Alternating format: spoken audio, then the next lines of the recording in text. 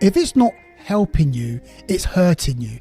Let me say it again. If it's not helping you, it's hurting you. A few days ago when I was in prayer, as I was praying, I saw a field with trees, and then I saw an axe chop down the trees. I saw an axe with no hand on it chopping down these trees in a big massive forest. All I heard is the axe is laid to the root. The axe is laid to the root. And after a couple hours later, I was speaking to my wife. I said, you know what, Cass? I said, I'm going to go and buy an axe from the hardware store. And I'm going to start having an axe in the embassy and have the axe holding it, because the axe is laid to the root. So back to what I'm saying to you. If it's not helping you, it's hurting you. See, there's things or activities that you're involved with in your life. They're not helping you. They're hurting you. There's certain relationships you're involved with. It's not helping you. It's hurting you. There's certain things you're doing, certain activities, certain bad habits that you're doing. They're not helping you. They're hurting you. So if anything is hurting you in your life, you need to get rid of it. You need to sever it. The axe is laid to the root. That's what it says. That's what John the Baptist said in Matthew or Luke, I think it is, for the axe is laid to the root. So you need to get that axe and lay it to the root of the thing that is hurting you. How do you do that? Turn your back on it. See, when you turn your back on a toxic relationship, when I say toxic relationship, I don't mean between you. I'm not just saying between you and a woman, or you and a male. And I mean toxic relationships with your family, friends, people in social. There's certain relationships just need to be cut off because it's not growing me, it's not helping me, it's hurting me. You're so stubborn, you don't want to listen. I can't be here. I have to. It's not good for me. It's destroying me. It's hurting me. It's affecting me. So I need to move away from that situation and move away from those types of people. There's certain activities you're doing. For example, 80 to 90% of what we consume on social media, what we consume on Netflix, on Disney, on Apple TV, on Prime, or whatever these different entertainment places are, do you know that 80 to 90% of what you're consuming isn't helping you whatsoever? It does not aid you in your spiritual growth whatsoever. It is hurting you. See, what you need to understand, this is going to be very, very powerful, right? If you've got a notebook, you can write this down in a notebook and keep it with you because it's deep. Listen, whatever you are not subconsciously maintaining, you're subconsciously destroying. So if you're consciously maintaining entertainment, maintaining toxic relationships, okay, then you're not subconsciously destroying it. You're subconsciously destroying your work with God.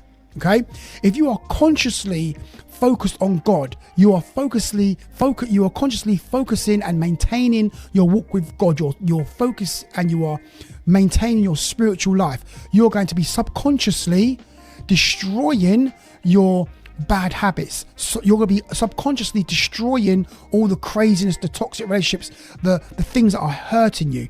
See, if you are consciously focused and maintaining your walk with God, that is helping you.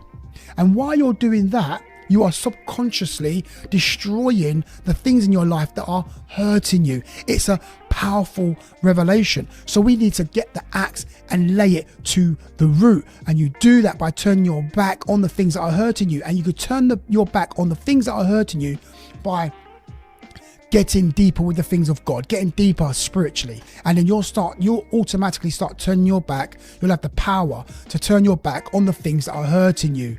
You see, we need to shift our focus and start to consume things, okay? Start to consume things that build us spiritually.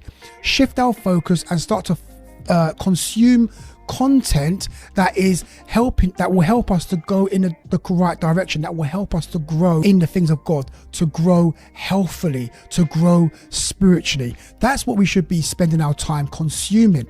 All of the rubbish. Listen, you know what, right? I said to my son the other day, and I actually said it to my eldest daughter, I said that the TikTok algorithm is demonic. The TikTok algorithm is demonic. It's the worst algorithm. It's the most sly and sneaky and bondage filled algorithm out of all of the social media platforms, i.e. YouTube, Instagram or Facebook. TikTok, the TikTok one is the most demonic. You know why? It can lock you in for 5 hours. The algorithm is so smart. It knows what to give you, and it can lock you in and get you to feed on things that's not helpful. You might watch 1 or 2 Bible sermon, 1 or 2 minute shorts of a few Bible sermons or a word here, a word there, but ultimately you'll end up consuming 90% of things that's nothing to do with God, and it's going to destroy you, okay, spiritually.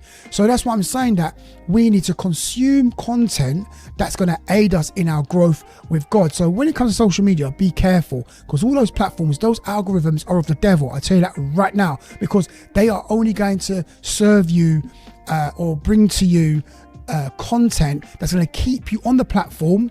And if you're kept on the platform, you're going to be kept out of the presence of God. So the longer you're on the platform, the longer you're going to be out of the presence of God. Do you know, I know somebody who, when they looked at their TikTok screen time, they was on TikTok for 72 hours in 1 week.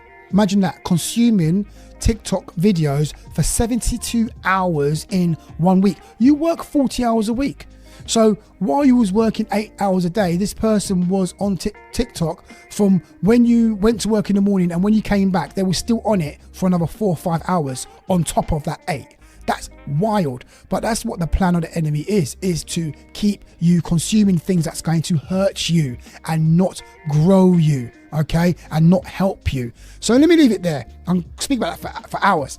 But it's Robert, an ambassador for Christ, and I shall see you guys on the next video. Have a great